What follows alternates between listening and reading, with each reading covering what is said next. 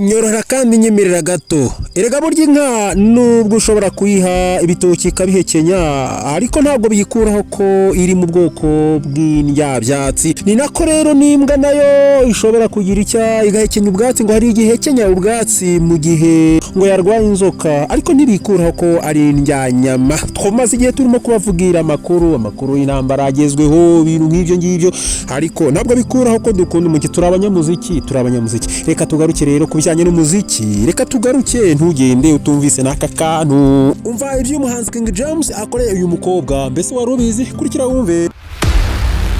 Welcome to Zorong Empire. Ese ukunda umuziki? By'umwihariko ukunda umuziki nyarwanda? Uri umuhanzi ufite ijwi ryiza cyangwa se nta n'iryo ufite urabikunda? Kuko urwego rw'ubuhanzi rurimo ingingo nyinshi.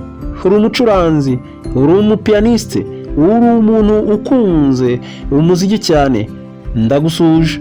Uri umuririmbyi kandi urabikunda. Reka dusangire aya makuru y'ibijyanye n'umuziki. Uyu ni umuhanzikazi bita Lisa.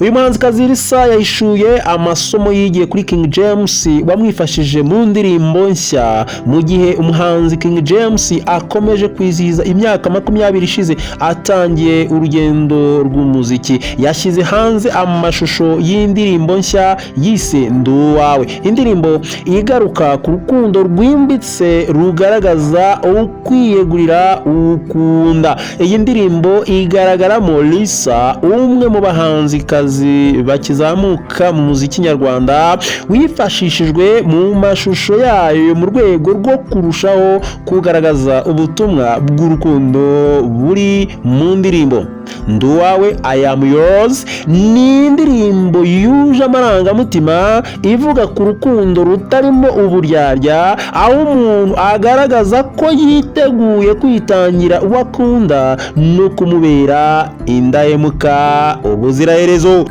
Iyi ndirimbo iri mu bikorwa King James arimo gukora mu rwego rwo kwizihiza urugendo rwe rw'imyaka 20 amaze mu muziki. Mu kiganiro yagiranye n'Inyarwanda, Lisa yavuze ko kuba yarahawe amahirwe yo kugaragara mu mashusho y'indirimbo ari kimwe mu byo yishimiye mu rugendo rwe rw'umuziki. Yagize ati, navuga ko ari kimwe mu byanshimishije, nubwo nsanzwe ndi umuhanzikazi ariko kuba mugenzi wanjye yakwifashisha mu ndirimbo ni ibisanzwe, bigaragaza gufashanya hagati y'abahanzi kandi ni kimwe mu bifasha abantu gutera imbere. Uyu muhanzikazi yavuze ko kuba abahanzi bafashanya mu bikorwa byabo ari kimwe mu byongera imbaraga mu rugendo rwabo, ndetse anagaragaza ko atari we wa mbere ukoreshejwe muri ubwo buryo. Ati, niba nibuka neza umuhanzikazi France Mpundu nawe yigeze kwifashishwa na Christopher mu mashusho y'indirimbo ya Pose, bivuze ko atariye wa mbere. Lisa kandi yavuze ko gukorana na King James byamuhaye masomo y'ingenzi ashobora kumufasha mu rugendo rwe rw'umuziki, cyane cyane ku bijyanye n'uko umuhanzi akwiye gufata umwuga we ndetse n'abantu bakorana. Ati, King James ni umuhanzi ugaragaza ko ibyo akora abikunda kandi agaha agaciro buri wese bakorana. Byo ni ibintu byiza numva bishobora kumfasha mu rugendo rwanjye rw'umuziki. Ibyo ni ibintu byiza numva nanjye bishobora kumfasha mu rugendo rwanjye rw'umuziki. Uyu muhanzikazi yagaragaje ko gukorana n'abahanzi bamaze igihe kinini mu muziki bituma abato babigiraho byinshi, haba mu buryo bwo gukora umuziki, imyitwarire ndetse n'imikoranire mu ruganda rw'imyidagaduro.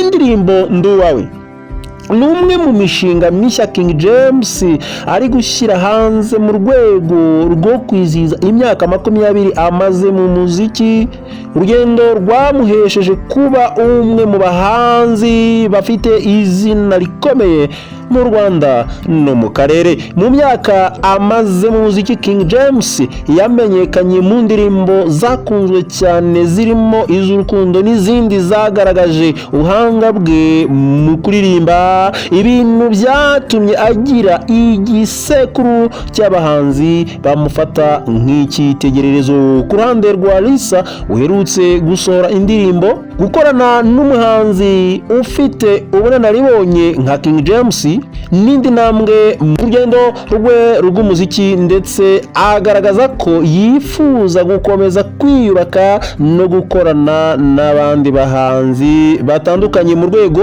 rwo gukura mu mwuga. Lisa yatangaje ko gukorana na King James mu mashusho y'indirimbo Nduwawe ari kimwe mu byamushimishije, ashimangira ko ubufatanye hagati y'abahanzi bubafasha gutera imbere mu muziki. Lisa yavuze ko yigiye kuri King James gukunda ibyo akora no guha agaciro abantu bakora ibintu yavuze ko bizamufasha mu rugendo rwe rw'umuziki. Indirimbo Nduwawe ya King James yasohotse mu gihe uyu muhanzi akomeje kwizihiza imyaka 20 amaze mu muziki, urugendo rwamugize umwe mu bafite izina rikomeye mu Rwanda. King James ni mutarama, yewe nanjye zoronge rwose hari ukuntu ajankura ku mutima, yagize ati je mu maso hawe nawe uzigera kuruta, mu nyanja y'urukundo nkukunda umaze kunywa gatonyanga kamwe. Mu by'ukuri iyo wumvishe nk'iyo ndirimbo wumva imitoma yose yarayimaze,